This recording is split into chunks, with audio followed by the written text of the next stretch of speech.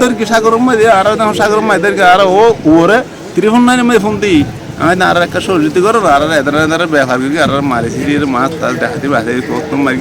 ওনারা আর একটা সরজিতি দল আর ওর লেনের তুম করি ওর লেনের তুম করি ও আর হয়ে যায় ঠিক আছে মনে করো আর নেভি এলারে ফোন দিছি কোস্ট গার্ডের ফোন দিছি আর বিভিন্ন ধরনের গাড়ম মাঝি আর তদম দিয়েছি এয়া বোট সাগর মাঝ আছে ডাহাইতের বোটো সাগর মাঝ আছে আর এগারো সাগর আছে ও যখন গান দিয়ে তারপর তদন্তের মাধ্যমে এখন দেখাই তারা লাল সাগরত গিয়ে সাগরত যায় প্রায় 2000 মতো এই 1100 মতো লিমাস চাই তখন এর দূরের মধ্যে হঠাৎ করে মানে এই 6টা বাজে মাগরিবর 7টা বাজে তখন হঠাৎ করে আইরে বেলালরে ডাহাতি ধরে ফেলে ডাহাতি গরম প্রায় 15-20 জন মানুষ বড় তুড়ি অস্ত্র লয় তখন ডাহাতি গরম মধ্যে একজনের হাত ফাড়ি ফেলাইয়ে তারপরে সমস্ত যেদিন মালামাল আসিল বড়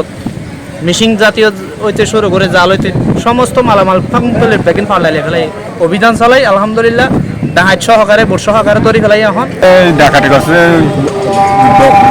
বুধবারের সন্ধ্যা 5টার মাঝে ডাকাতি করে যারা অস্ত্র নিয়ে যখন আসে আমি বলছি আমি মালিক পক্ষে আছি আপনারা কিছু করেন না যা চা নিয়ে নেন আমাদের স্টাফদেরকে মারে ধরেন না আমাদেরকে মারধর করে নাই ওই ইঞ্জিনটা ভেঙে দিয়েছে আর মাছগুলো নিয়ে নিয়েছে আর মোবাইল টোবাইল বাড়তি টস এগুলো নিয়ে নিয়েছে কোস্ট গার্ডকে আবার ফোন দিচ্ছে উনি কোস্ট গার্ড বলতেছে যে আমাদের তো মানে নাই ট্রলার নাই ওখানে যাওয়ার জন্য তা আপনার নৌবাহিনীর সাথে যোগাযোগ করেন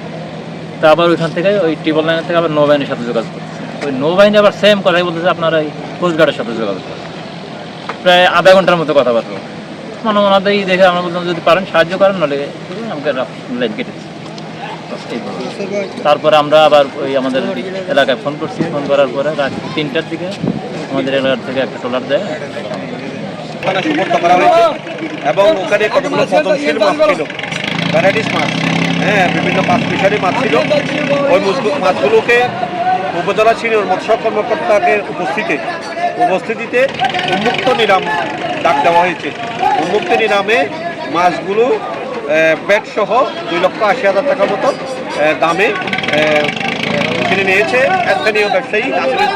এটা কারণ হলো সামনে রোজা হ্যাঁ তাছাড়া এখন সমুদ্র শীতল এবং আমাদের যে ফিশিং বুটগুলো সবগুলো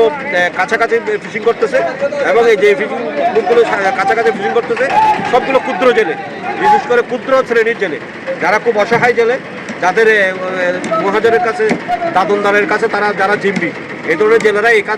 কাছাকাছি জাল বসাচ্ছে তাদেরকেই লুটপাট করতেছে জেলেরা ডাকাতরা জলদস্যুরা। জি এখন এটার সমাধান প্রশাসনের এই যে এখন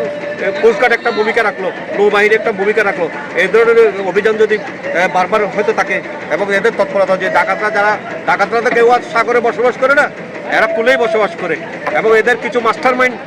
ফিশারি কেন্দ্রিক থাকে মৎস্য অবতরণ কেন্দ্রিক থাকে এরা কোনো মৎস্য ব্যবসায়ী না আসলে এদের মাস্টার মাইন্ডকে আপনি চিহ্নিত করে এদেরকে যদি আইনের আওতায় না হয় তাহলে সাগরে ডাকাত নামার সাহস পাবে না।